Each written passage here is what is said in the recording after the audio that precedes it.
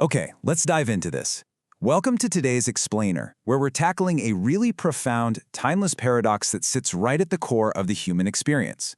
We're going to explore this fascinating dynamic between our absolute deepest human desires and how ultimate grace, the divine, actually responds to them. We'll be pulling from some incredibly rich spiritual source material to look at the stark contrast between how we, as humans, naturally operate and the stunningly impartial nature of the Supreme. It's really a journey from the daily hustle of worldly control to the ultimate liberation of the soul. To kick things off, I want you to ask yourself a grounding question. Really, think about this for a second. Where do we take our deepest desires? When you want validation, when you're looking for fulfillment, or when you just feel that intense need to establish control in your life. Where do you naturally turn? Do you look to other people? Do you look to your career? Or do you look somewhere higher? Just keep your own answer in the back of your mind as we map out exactly what our sources reveal about this universal human habit. Section 1. Human Nature and Desires. So, human nature. It paints a remarkably honest and, honestly, a slightly uncomfortable picture of how we naturally operate. The source material points out that humans generally tend to lean heavily toward other humans. And why is that? Well, because we inherently want to influence others, right? We want to bring them under our control. There is this deep-seated craving within human nature to be revered, to be given special honor, and to demand respect. It's like we are constantly hustling for status, just trying to make others subordinate to our own desires and egos. Let's move to Section 2 and see how this builds. God's amazing impartiality. Now here is where we hit an absolute paradox. On one hand, as we literally just talked about, human nature fiercely seeks control. We want to make others our subordinates. But on the other hand, we have God's nature. The source text emphasizes that God, despite being the ultimate, supreme power, absolutely refuses to make anyone his subordinate.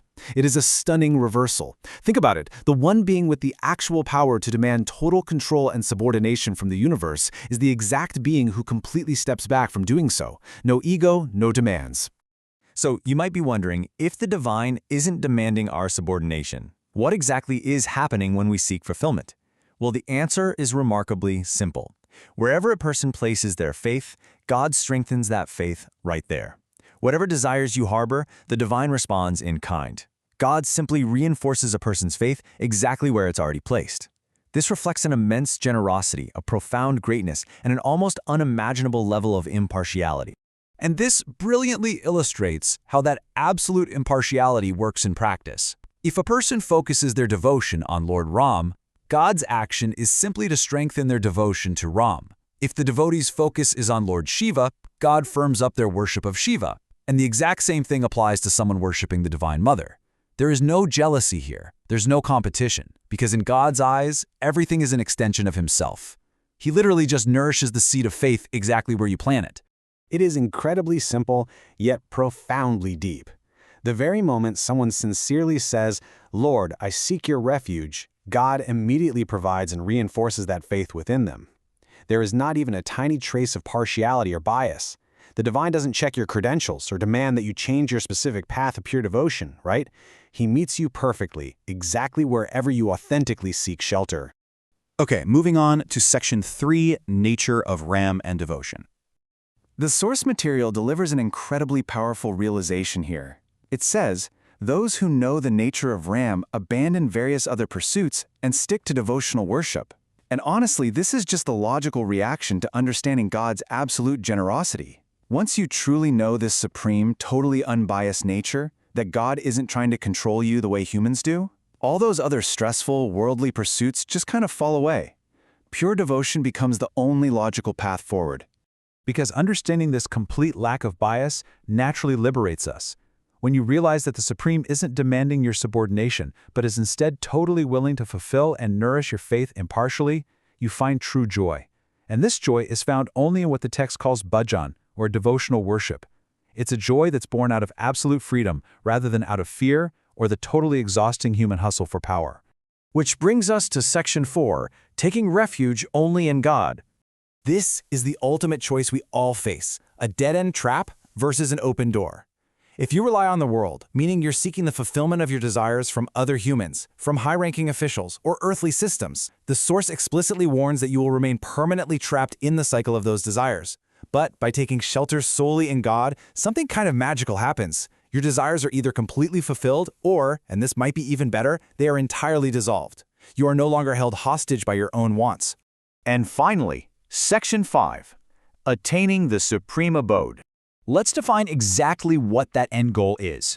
Parampads translates to the supreme abode. According to the source material, reaching this state is the true, ultimate purpose of taking human birth in the first place. It represents total liberation, a state that completely transcends regular worldly desires. But remember, this is only achieved when those worldly desires are finally dissolved by taking shelter in that supreme, impartial divine we've been talking about. So the crucial point is really this logical, step-by-step spiritual progression.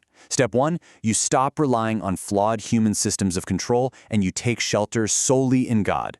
Step 2, because of God's impartial generosity, your worldly desires are either naturally fulfilled or completely dissolved, totally freeing you from their cycle. And finally, Step 3, you attain the supreme abode, the Parampad, fulfilling the true purpose of your life. It's just a brilliant, incredibly clear pathway from chaos to absolute peace. As we wrap up today's explainer, I really want to leave you with a provocative thought. Knowing that human nature naturally seeks to control you, while the Supreme Divine simply waits to impartially nourish your faith, what are you going to choose?